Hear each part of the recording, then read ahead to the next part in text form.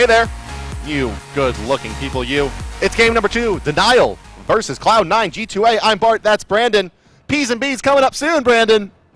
Aren't you excited? Are we going to do this for the rest of the I just want to keep saying P and B's because you die a little every time I say P's and B's. Even I just die slightly less. I mean, I absolutely hate it. I think Scott said it one time, and I was like, I want to kill. I want to kill. Maybe not just kill. Just anything. Anything. I'll pick some mushrooms, man, so long as they stop As growing. long as I can kill. That's right, yeah. As long as something dies from my pain, I'll be fine. But we got 2 players. Let's take a look at them. What the hell? It's Hunters, I think. Hey, I was right. It's Madman Mark and Barracuda. And as you can see, these 2 are among the best in North America. Yeah. Very little separates the 2. Yeah, very close is Madman Mark as a 2.1 to 2.6 KDA. Granted, and not to belittle the Denial roster who have done incredibly this weekend, but one is a roster that went through challengers last year, and the other one won literally millions of dollars. Right, so to see him, They did. You're right. Wow. Yeah, right. So to see him competing with the world champion at that level, and they've had pretty much the same route here, that's very impressive. Yeah, the most impressive thing to me about Cloud9, the former COG Prime roster, that Worlds roster, is how hungry Jeff and Barra, especially after winning all the money that you really will need for the next 25 years of your life. They're kind of like, well, it's Monday, time to grind ranked. Yeah, seriously, like, they never stop. Yeah, I mean, it's Barracuda, right? Crazy. He bought like a Subaru and then just went back to rank. Right? It wasn't even like a Corvette. He bought like a family car and was like, let's go play ranked, boys. I love the dedication. Passion. Yeah, definitely. Passion wins games. When it becomes about the paychecks will stop. Yes, that's right. But we are in the picks and bans, ladies and gentlemen. Denial. Bottom side of the selection screen. The top side is Cloud9 with the second pick. The whole damn thing is powered by Curse Voice, ladies and gentlemen. You can see that sweet little insert at the bottom there. And if you don't know, if you're just joining us here for the first time this week, or you missed the announcements, Curse Voice will be our title sponsor for the duration of the Pro League here. So I'm a big fan. Shout out to them. There's all kinds of great promotions, guys. If you don't have it yet, cursevoice.com. You can get an Apollo skin, free gems, all kinds of awesome stuff for winning 5 games. So for me, Curse Voice has not only decreased the level of toxicity in just pretty much all MOBAs that it's accounted for, but it's made the game so much more enjoyable from a solo or duo queue perspective. Oh my God, yes. Big fan. Yeah, it's definitely revolutionized for me at least, especially casual queues. Just like getting on and like I can actually like tell my teammates what's going on. Yo, man, can you just go to mid camps? Like just go to the mid camps. Or just the whole like, hey, you seem to be struggling. Do you need help? No, man, just go to the mid camps. Just mid camp. Just okay, let's get the picks and bans here. Athena Circuit banned out by Denial. It's Sylvanas and Bastet banned out by Cloud9. So once again, they're going to ban out Sylvanas away from Shadowkeep. Bastet, they're going to take away from Xing. Was Thor banned last game? He was not banned or picked, I don't think. Wow. Hunbot's notably the one making it through after the banning phase last time, but Thor's going to be first selected by Denial. They don't want to give that one away. Bastet nipped around the edges a little bit too much that game. They thought Xing did have an angle, I think you called it, where in that last fight, if it wasn't for the Hades ultimate to zone him, likely would have found some kills and maybe stalled that push out. So doing away with the Bastet, even though, as we mentioned earlier, statistically Scott doesn't do that well, and Xing, one of the better junglers around, also struggling with her, but still worthy of a ban from Cloud9. And in response to Thor, they'll take the Hunbots, the next best jungle initiator. Hunbots has kind of blown me away this season with how much the top-level players have grown with him, using the ultimate not only as an initiate, but a counter-initiate, how to properly use the teleport. These players have become, it looks like, increased in level with this character, and I really love watching him play in the SPL. This time, going to be going likely to Andy here. Xbalanque going back into the hands of Barracuda, unafraid of the King of the Jungle on her remains. I like the Gab draft here to Denial. I think Jeff Hinla's Gab really blew them up last game. Yeah. The knockups, the 2-3-man knockups were really what did it. And wow, they're going to take a Bakasura here. Seems kind of early considering that it just hasn't been valued in this matchup so far. It's not something Best is really known for. I think they could have maybe gotten this a little bit later down the line, but well, for me, the late game potential here so far, you have Bakasura Thor, not super strong. I love the Bacchus pickup.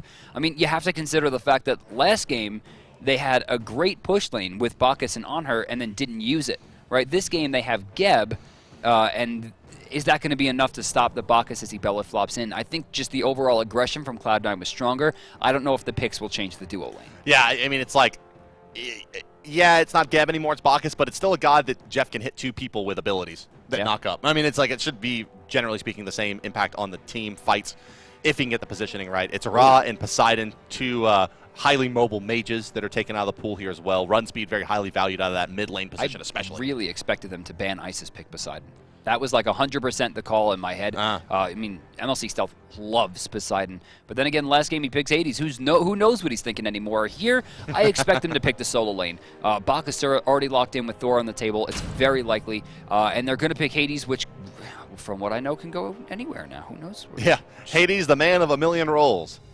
As so often we see with tanky mages, MLC Stealth, the one that brings them to the forefront most often in the mid lane. He did it with Zhonghui. He did it with Ra. He likes just being a bruiser. Yeah, it fits his playstyle. And I would say that 51% of the time, this Hades is going to the mid lane for MLC Stealth. I think more often than not, this is his We really haven't selection. seen too much Hades from Omega. I mean, this is more of a Devios pick. Or in Europe, we actually saw Maniac. I'm pretty sure this is all because I played it during the Tier Monster tournament. Dude, Bart spread. And I crushed people with Hades. Bart was on some other stuff that weekend. His team maybe not so strong. No. Bart killed it. It was Hades. Bart killed it. It was all me. Little did you know. Ullr and Isis. So Ullr, the interesting addition to this squad here, considering that there are no ADC bans so far. Right.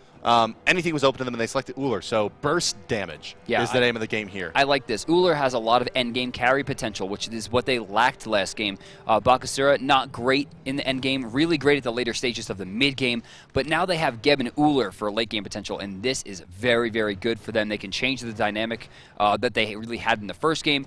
Comparatively, Humbots, Xbalanque, both can pretty much hyper carry. Hades, great control. Bacchus, great control. Tyr, kind of the odd man out on this squad for me. Yeah, me too. And what I'm looking at here, Bacchus, Hades, Tyr, a little bit different than that core we saw in the last game, where it was the Athena Hades most prevalently. And the thing that I'm seeing here is that really long cooldowns for Cloud9. Yeah. Hades, Bacchus, Tyr, all of those have very long cooldowns, especially stance switch for Tyr. These extended fights are going to be a problem for them. However, on the other side for Denial, it's a very heavy execution-based lineup. If they aren't able to execute at the pro level, if they slip at all, Cloud9, with the teamfight presence and CC they have, maybe it'll lock this one down and take it away. But we're getting underway. Let's see how Denial and Cloud9 move through the jungle. Taking a look at the builds here as we get into it, everyone has gone completely meta. Nothing strange coming out whatsoever. 5-man Denial is going to move back up to ward in the same spot they have done many times before. Not going to gain really too much there, but they will get a great ward place down considering the start coming out last time. They'll be spotted again. They try to do some janky stuff, but I'm not really sure what they were trying to do considering the ward would have spotted exactly what their vision did. Yeah, no team has really had a very good answer for our Guardian's going to run out of the base immediately with one ward and ward. What are you going to do to stop it? No one has really had a great answer for that yet. Maybe you just all have to leave the base with no items. I think that's it. I think you got to go all leave the base with no items and catch somebody out, and maybe, as long as it's not a Bacchus, maybe get a kill. But let's introduce your teams, guys. It's Denial fighting from a one-game deficit on the bottom side of the minimap and the left side of your spectator UI. They're wearing the blue trunks, and they are the best as Bakasura looking at this invade with Mace to the face, your mid laner, Xing, your jungler, Shadowq and Madman Mark going to be your dual lane, but they want to fight here against Cloud9. Andy and Omega are here. There'll be a Fearless Chain available. Spirit Ball on the mark. No one's cleaned up the camps yet. There's a Hog that comes out. Andy, he's been knocked off the ball. Force uses health pot as well as the rest of Denial goes, and they'll steal away the speed buff. Tyr and Hudbots, piloted by Omega and Anderson, respectively, going to the solo lane. Andy will be your jungler out of those two. MLC Stealth in the mid lane as Hades. And that leaves Jeff, the Sex Hinla, on his signature Bacchus, along with Barracuda as Xbalanque. So starting out here, Denial going to be putting Mace in a not great position here as Stealth able to get a few of the creeps to kind of get sent away. With that, Stealth should have a small advantage, but Best and Xing actually getting both camps this time and not going to find too much. Andy, though, undeterred. He takes the small camp, will begin his rotation. It just doesn't look like Cloud9 has changed anything. They seem completely unfazed by what happened in the early game. MLC Stealth sitting at level 2. The level 1 Isis still trying to get enough experience for that second level. It's level 3 MLC Stealth, and he just is pulling the lane. And with this, Xing's going to rotate in, which means Stealth will not, Mace will not hit level 3 here. It's going to make their jungle rotation much harder. Xing hitting level 3, haven't seen what he's gone into. He's going to go Mjolnirs. Well, let's talk about, Isis is a god that you draft, unless you're Denial, where it's just a thing that Mace of the Face plays, based on her clear, her ability to clear and control the lane, and Hades sends 2 waves into the tower at level 1. Do you think that Hades is the draft because they're picking Isis? I think that in a lot of ways, he's a great counter to Isis. She doesn't have built-in mobility outside of the additional movement speed out of Wing Gust. Right. And he gets bonus protections while in Pillar of Agony to help deal with that Circle of Protection ultimate of Isis. So in a lot of ways, a natural predator to Isis. I think, yes. I think propensity to play Bruisers at MLC Stealth plus a nearly guaranteed Isis matchup, especially when they ban out the big chicken. Omega still kind of stuck behind here, not getting his blue buff this game, and Best doing a great job of keeping him locked down. Going to be able to push here, and it looks like freely. The only real weakness of Bakasura at the early stages against Tyr is that his clear isn't as strong, but Best having no trouble whatsoever thanks to the invade. Yeah, and, well, and just generally Bakasura. Yeah, that's true. Eat minion. Go, go. Yeah, I mean, it just, this character is, when you look at it on paper, you're not like, this character will be really great in a 1v1 situation in a short lane. That's very clear dependent. But he is. He just is. You can't fight him. You just simply can't fight him is what it comes down to. He has free reign to walk into the backline and hit your archers, unless you're something like maybe a Hercules or a Tyr. With big repositioning, it's very hard to punish this god. But when Tyr is level 4 comparatively to the level 5 Bakasura who could ult him cleanly, there really isn't anything for Omega to do. Still quite a ways away here. Not going to be able to hit 5 until the next wave comes in. Even then, he has to try to out-clear the Bakasura who can just ult him and burn him down. It's a rough spot. Yeah, it is. And well, again, it's Cloud9 once again with this 4 protect 1-ish. This time really more of the 3 protect 1. They want Anderson to be involved a little bit more as a damage dealer on that Hun bots, but maybe we'll be wrong. Maybe he'll go that similar Jotun's Wrath, Magi's Blessing, maybe a Blink as well to really be more of that initiator similar to what we saw out of Thanatos. But for now, he turns his attentions to the right side lane. I love the way that Best is just locking Omega away. Still hasn't hit level 6. Doing a great job. Andy trying to look for the route here. He's kind of waiting for the regurgitate. I don't think it's going to happen just yet. Omega might have an opportunity here, but Hand of the Gods still. Oh, big drop there. Great use of jump there by Best. Able to get out of dodge very, very quickly and make sure that he doesn't get burnt down. Regurgitate still active. Pop quiz time. Name of Bakasura's leap. Oh. I can look at it. Yeah. It's takedown. Yeah, there you go. Oh, man. I did not know that I had at all. no idea. That's why I asked you. It's a good move, though. It's a great move. It's a great move. Protection debuff, very important. Yeah, that's one thing. Hunbots and Bakasura both have additional effects on their leaps that maybe are undervalued by the average player. Hunbots with a slow on his leap, if it connects, Bakasura, penetration. Rarely, actually not penetration, technically it's armor reduction. Yeah, which is even more important because that applies to the whole team. It's actually one of the reasons when I play Hunbots that I like to level the jump, though, because not only are you getting the slow, so you want to use it for damage, but you also gain a cooldown reduction. Oh, well, here we go. Speaking of leaps, it's the Best they're piling in onto. Bacchus and Hades both coming in. Thor's going to try to bail out Best on the backside of his fight as he's in a bad position. He uses his ultimate as well, trying to leap this one. MLC Stealth does a lot of damage here, but Best the Regurgitate, showing off what this god can do in the early game. Standing in it are 2 members of Cloud9, and Omega and MLC Stealth are erased. They look to invade, and that's going to be a big swing of momentum to Denial. Plus, rather lucky hella gold that they got those kills off when they did. That was Intoxicate. That was overhand smash while the Hades ult went off, and then Tyr did a Lawbringer in place. Like, that was the dream, and they didn't get anything out of it. Denial Esports with a huge early victory right there. Not only going to get 2 kills, but a 2,500 gold difference as well, or rather experience difference as well. But we should note this is the same type of lead that we saw them in the last game. While they didn't have as many kills, they had the same level of experience push. Yeah, Denial in this one, though, this early game advantage likely leads to a pretty early gold fury with the squad that they have. Area Denial out of Geb and the Isis, and a nice amount of clear potential out of an Ullr with a couple of items in this game. Not to mention if they pull Best, it'll go down very quickly with those babies. On the other side, Cloud9, I mean, they have a pretty decent counter initiation team out of the Bacchus and potentially, you know, Bacchus Hades combination and Insert Barracuda, similar to what we saw last game. But this one, as we mentioned, as we said so much last game, Cloud9 is a mid-game team with the draft that they've selected again in this game. But this time they're losing the early game instead of drawing even, basically, and kind of bringing it back a little bit better. Denial built a lead, but this game, it's those 2 kills in the enemy jungle. They got a lot out of that, and they built a lot of space, especially for Bakasura, who does have way more carry potential than what we saw in last game. With that, Omega 3 levels behind right now. Mason, a lot of trouble. That's going to be a free kill right there. We're going to see Thor come down. A lot of damage. MLC Stealth going to be traded out here, possibly as Shing already picks up Hinla. Will he be able to chase down? No. Andy may be able to turn this one around. Shadow Q could be in trouble here. No, we're not going to see the stand switch. I really thought he'd go for it. Yeah, You know, Madman He could have Mark. brought him into the tower there. Gold Fury? Gold Fury. Yeah, Gold Fury. Yeah, Good, good rotation. Why not? Yeah, just kind of talking about it now. They know there's no Hades ultimate. No they know hand there's three. no Andinster ultimate. There's no hand 3 either, as you mentioned, but Denial's still able to secure the Gold Fury just like that. Barracuda trying to make something out of nothing here, but Best is going to use his ultimate, doing a lot of spread damage. MLC still has a target. But look at the heal off of those Bakasura minions. Best leaps out of that ultimate, though. And now that fight, well, it continues, but at a leisurely pace. Andinster, that's a beautiful skill shot from Madman Mark. No follow-up. Very strange to see them let that one go. MLC, or rather, Mace to the Face did have an opportunity to throw another Spirit Ball, and realistically on that pathing, it should have hit. Very surprised to see him let that one go, but still a big win for Denial. 1-for-1 trade, but getting the Gold Fury makes their lead huge.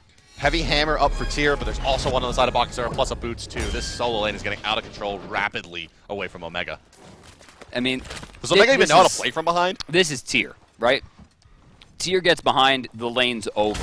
He just doesn't have the same level of control that Bakasura is going to have. And in the late game, I mean, if people build Magi's, that's what we have to see. That's Denial's win condition right now. Literally, just build Magi's and you will win the game. If every single person on this team builds Magi's as their 4th or 5th item except for the Hunter, there will be nothing for Tier to do in this game. Yeah, and nor do they really have great kind of poke abilities to get rid of Magi's. Silence. Yes, the silence, I guess, from Hades is their best ability. Granted, much it's AoE, and it's a damn good one, but it's really all they got. And I guess the burp to some extent as well. The way that Best is playing, though, in my opinion, is like basically winning the game. I'm not sure why Omega chose to knock him away from the tower and not into it, but that seems like a little bit of tilted play. Even so, Best is just completely stopping Omega from getting experience here, maintaining his 3-level lead here and continuously pressuring. I love it. Sorry, I didn't misspeak there. It's a Rune Forge hammer on both Baka and Tier, but Boots also to the credit of Bakasura. Not to mention 2 kills and 3 levels. Oh, Shing's up. And Shing's looking for a piece of the action here. Oh, they're grouped up. It's a beautiful initiation here. He only gets the 1, but they should be able to secure the kill into Jeff Hinla. Not necessarily the highest priority target, considering there's no objectives they can realistically take. Fire Giant seems a little out of reach here as, well, he doesn't spawn for another minute. So it's still a nice and easy pick for them. And as we mentioned, getting your support ahead a couple of levels can really pay dividends later in the game.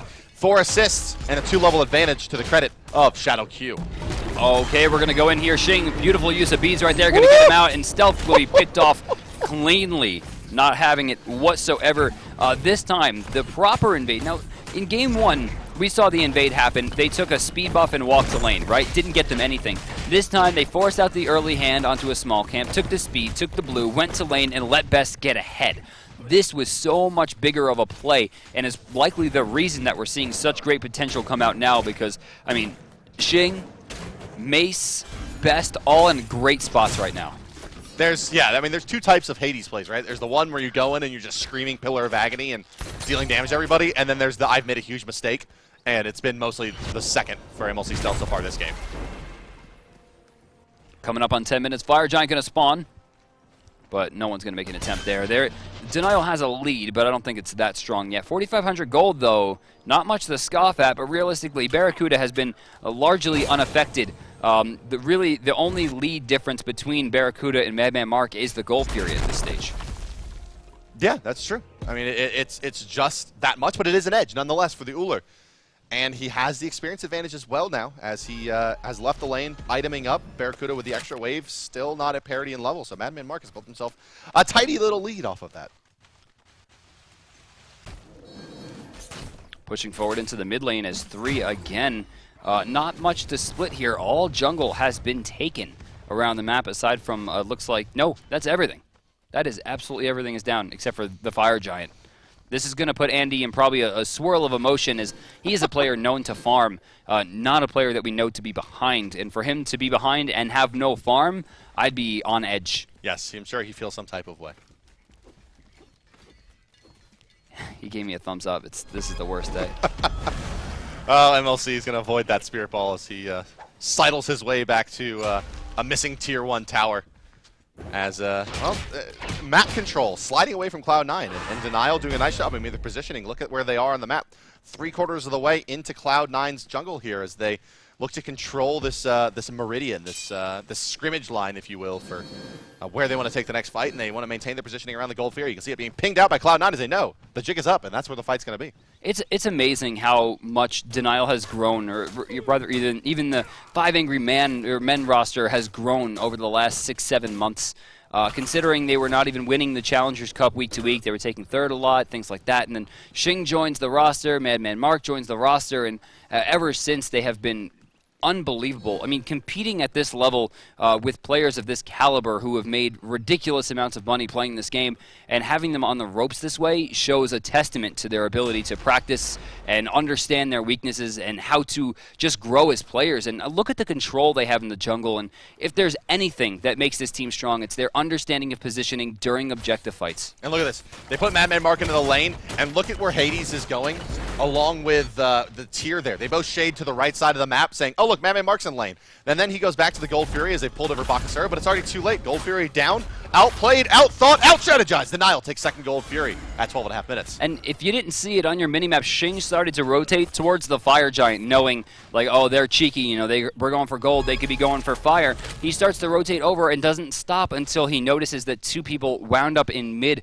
Now remember, you can use wards, or rather creeps, as wards. You see someone fighting creeps, you know where they are on the map. That's a really big deal that I think a lot of, you know, up-and-coming players might not utilize as much. But Xing, beautiful situational awareness, gains extra farm from it, and makes sure to keep the map safe in an area which he didn't have vision.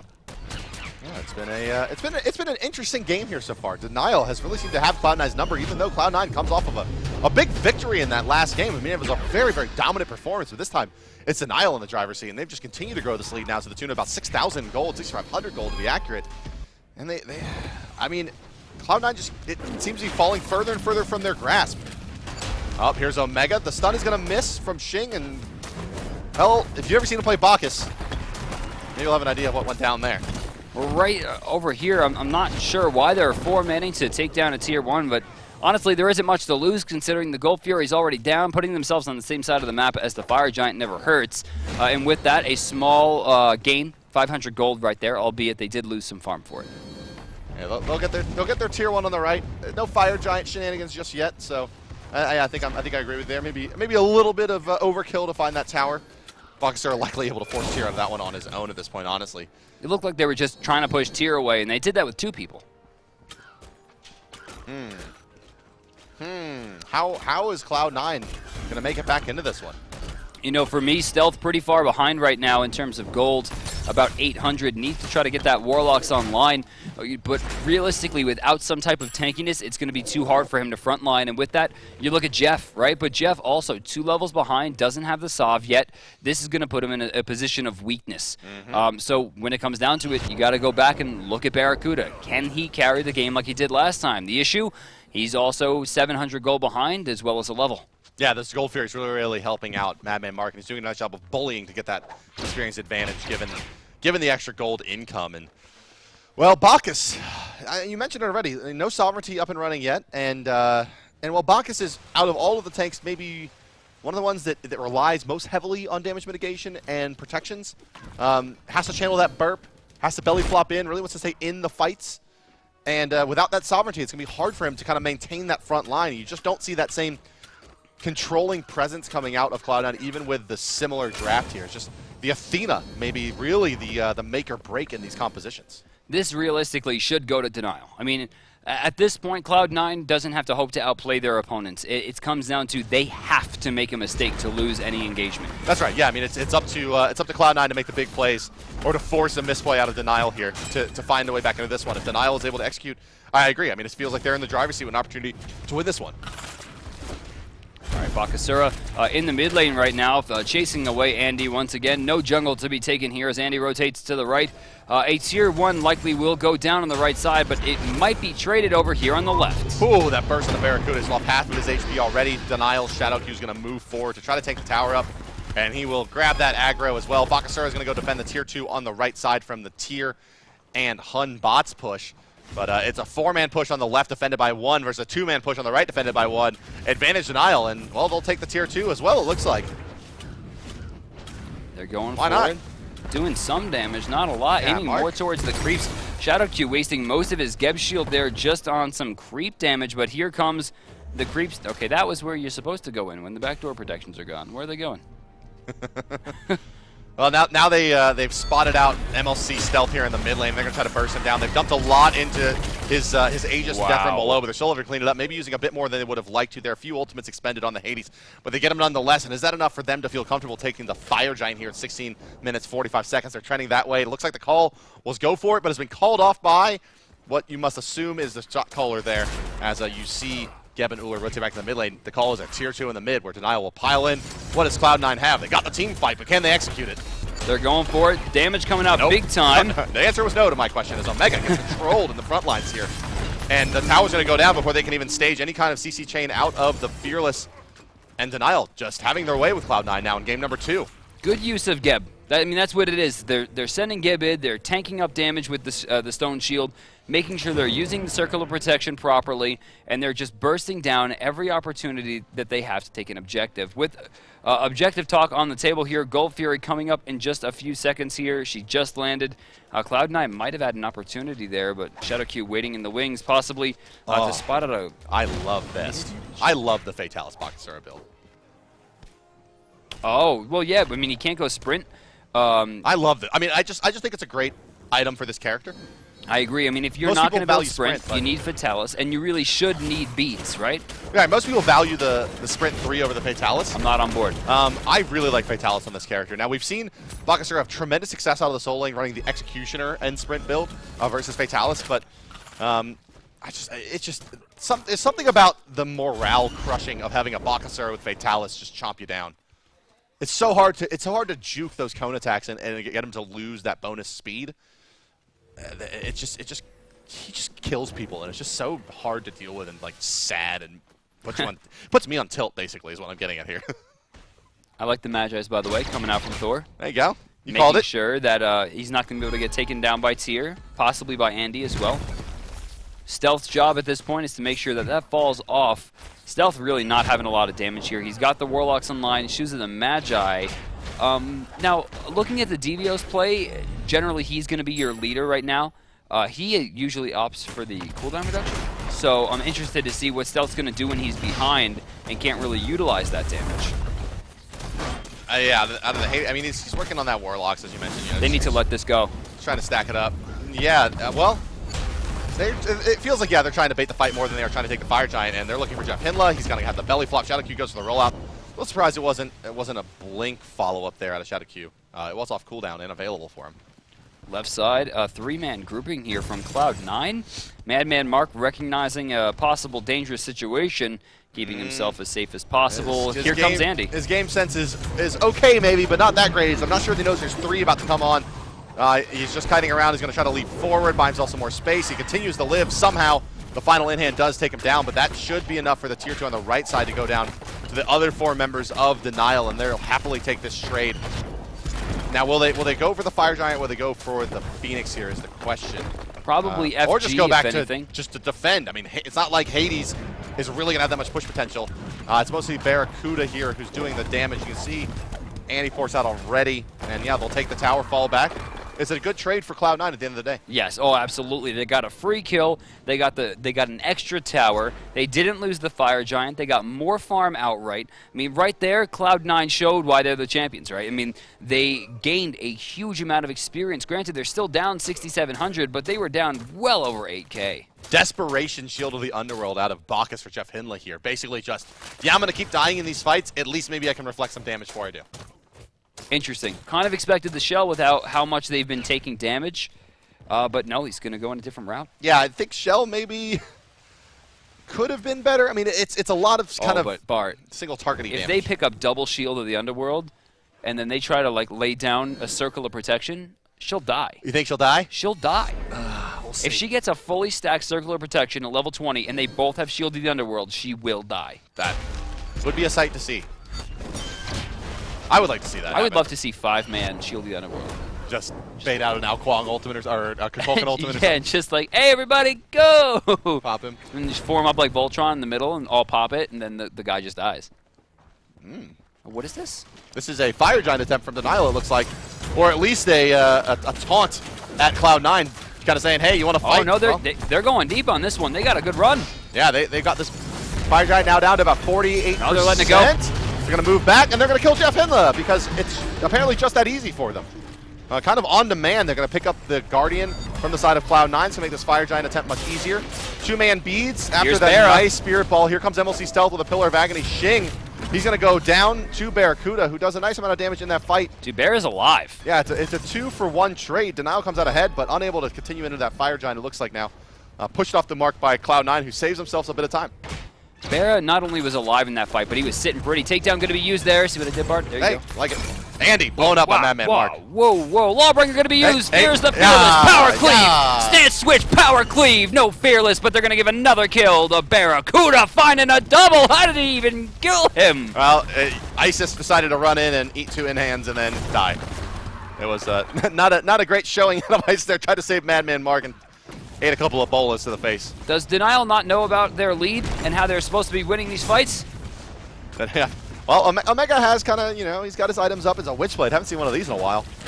Not since the movement speed. Dude, I think this is a great pickup. Reducing the damage and attack speed of Bakasura and Ullr. Never a bad thing. Sounds good to me. I'm on board. He lost 15% movement speed, but he'll live.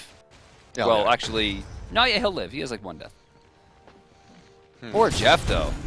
Yeah, he's struggling. You know, in the beginning of Season 1, back when Cloud9 was not winning a lot of matchups, they were like, Jeff Hinla's the weak link. Jeff Hinla's the weak link. And this is kind of seeming to me the same thing. It's Jeff Hinla's not the weak link. He is getting focused, and his team's not used to it. Everyone is so used to having their mids get focused, or their hunters, or their junglers, where they're going to be a squishy character. But they're like, Bacchus is like level 13, dude. Just kill him. Just kill him right now. We see it a lot in LAN play, where Nemesis becomes very valuable and for the ability to kill tanks, especially on those early rotations to the mid camps. Maybe it's less of a LAN setting thing and more of a high caliber quality team thing, where the best teams are realizing, hey, they can pick off these Guardians. If they get the advantage, it's nearly impossible for that Guardian from behind to really contest. Oh, whoa. Why are we seeing Xing take to the air here? Because Xing going to go down to the right side believes. and try to pick off Andy. Andy going to use his beads and get out of there quickly, but Xing doesn't look like he's done yet. Andy's going to get There's a rollout coming that way out. as well. Best trying to close the distance here. They both have the speed buffs. He'll have to eat another minion, and Best realizes that there's likely reinforcements coming. He's going to fall back. In fact, they spotted him out with a ward there right along that path. So Shadow Q and Mace to the face. The brothers Grabowski looking for a pick there on the Jeff yet again. But without 5 strong here. The third fake here. As they're looking to get it together. Yeah, it is going to be that third fake. And while these are only fakes insofar as that if you don't do anything, they're going to take the Fire Giant. And if you do, they're probably going to try to fight you. Oh, Jeff Hinla again taking a lot of damage. Andy throwing out the Sacred Monkey, but will not find a target, meaning no teleport. Shadow Q does a lap there and starts aiming towards the jungler again. Fire Giant gets baited, but at this point, they're giving Barracuda farm time, and that's probably not a good idea. Yeah, we're getting into that stage of the game where the Xbalanque pick is really going to start coming to the forefront. We're going to see whether or not he is capable of carrying the team now down like quite a bit here as we approach 25 minutes. Fire Giant down to 70%. Xing's getting hit. Xing lost his Magi's right there. Yeah, he gets hit by that knockup, losing the Magi is a critical misplay. You can definitely avoid that. Madman Mark also going to take a few boulders. They just can't keep the aggro and Shadow Q. And Denial, they continue to leave Cloud9 in this one with some sloppy Fire Giant play. And with that, Barracuda hits level 20. Granted, the extra bonus of him getting that final level of ult's not going to be a big deal. It's like 10% movement speed. But even so, I mean, they're in a really bad spot, Cloud9. They're down by about 7,600 gold, although the experience difference doesn't tell the same story, only about 5,000, which is a little bit abnormal perhaps, but still, Xing, or rather, I'm sorry, Best, very far ahead of Omega, 3 levels, in fact, comparatively to the only other victor right now is Stealth, a level ahead, Barracuda, a level ahead. So we'll get back to the game in a minute here, Brandon, but it's time for round 2 of Smite Trivia. Oh. What is the one thing that Xbalanque's kit has that no other kit has in the entire game? He increases his attack range. He does indeed. That's what that ultimate does, and that's why that last point can be valuable. The extra little bit of movement speed to help eke out that bonus 10 feet. I believe 55 feet is the base attack range, 65 feet for Xbalanque in his ultimate. So 95. Is it really that long? I think it's an extra 40. My God. Well, anyway, he attacks from miles away when that ultimate is active. So for those of you out there playing along at home, I hope you knew that answer as well as Jeff Hinla. Bye-bye. He knew, well, the answer to his own demise, and it was Chain CC with a Bakasura ultimate on top of him, and down he They're does in a go. little bit of trouble here in the back line, trying to create some distance, but Madman Mark not letting him go. Rising Jaguar will be forced as an escape. Glory bound, looking for it. Shing gets a stun. Can they find it? Bear is alive, just barely, but Madman Mark throws out the beads, keeps himself safe, and finds a big kill to shut down the Kara. Denial got thirsty there. They already had the Guardian. There's no reason to over-pursue that one. They give some kills back to the Hades. It's a 2-for-1 at the end of the day. And Shing, not necessarily the most important guy when it comes to their ability to take the Fire Giant, but it's still more time to allow Cloud9 and angle back into this one. Granted, they do get the kill on Xbalanque, as you mentioned. Both MLC and Best there at the left side mid camps are kind of doing a dance. Both really looking to heal themselves more than anything, and both do. As both Devour Souls and Eat Minion goes off, we're going to see another attempt at the Fire Giant. This time, Cloud9 doesn't seem ready for it. ShadowQ eats the knockup, and Inster's going to be low in here. They're going to use Circle Protection. They've committed to this one now. 30% of the Fire Giant, and wow! 24% of the Fire Giant's HP was dealt with that Circle of Protection there. For me, a hefty. This is a misplay by Andy. I mean, it's 27 minutes into the game. You have to have hand 3 at this point. I mean, you have to have it. On the Hun bots. Yeah, I mean, if you're going to make a contest, if Jeff Hindler's going to be this weak where he's dying so quickly and they're going to focus him, there must be another execute on the team. And either Omega or Andy has to have it. In this case, it's a little bit more on Andy's shoulders considering he was the one going for the contest. But, I mean, you have 3 hands and only 1 execute in almost 30 minutes into the game, and you're asking for it. Yeah, it's tough, though. I mean, both the Hun bots and the tier playing from behind a little bit here. The Hun bots less so. But for him, I mean, he has to have this Deathbringer. He's really their only chance at having carry potential until the Xbalanque is 6-slotted at this point. So I can see the thought process of why he cut gold. I'm looking more actually at Omega as to why he wouldn't pick it up, as what is a Jotun's Wrath really going to do to make him much more viable at this point in the game. Fair enough. I mean, yeah, the Deathbringer had to be bought, right? Yeah, I figure. I mean, it seems like, yeah, you got to, that's their only shot, is that Hunbot starts finding targets and just exploding them before they can do anything. Mace dies before he pops the Circle of Protection. Right, yeah, and that's what we're looking at. Yeah, more or less that. Speaking of Mace, I really would have liked to see a combo blink again this game. I would love to see him, deal with the Hades. They're trying to rush him down. And they're not really getting to the back line, I think, is the safe thing. If he had a way to just escape even harder, that would have been really big. And as for defense, Mace opts away, strangely, from the Magi's Blessing, hoping to use the beads to their greatest value. And it looks like he's going to go into Breastplate of Valor. Yeah, you got Voidstone Breastplate. This is like an ancient Smite build. Yeah. Breastplate, Voidstone. Going in here, Regurgitate for the backdoor protections. That Phoenix will go down. Did it? Did they actually secure it? No. Yes. That was a UI bug. I was looking at the wrong side of the map, actually, is what was happening there. There we go. There was contention on the right side of Phoenix as well, as Cloud9 was trying to make their way back into this one with a trade, but unsuccessful as Shing is enough to push them back. See, Andy and Omega both at about 50% HP, in fact. So nicely played by Shing. He pushes them away. Denial looking strong right now. Only 5 kills in the lead, but that doesn't tell you the whole story. Almost 10,000 gold does Denial have over Cloud9, as well as the Fire Giant buff. A fair amount of experience as well. Andy behind a level, Best up a level as well. Mace to the face behind 1, strangely enough. ShadowQ up 3, with Barrett and Mark being tied at this stage. Well, the monkey bounces around from Denial, but they pay it no never mind, as they are looking to continue their campaign of conquest on the Chaos side of the map. Madman Mark chipping away. There's the initiation from ShadowQ to pick up the aggro. Madman Mark, as you see, perfectly happy to just shoot the Phoenix and stand in one spot and man up on everybody.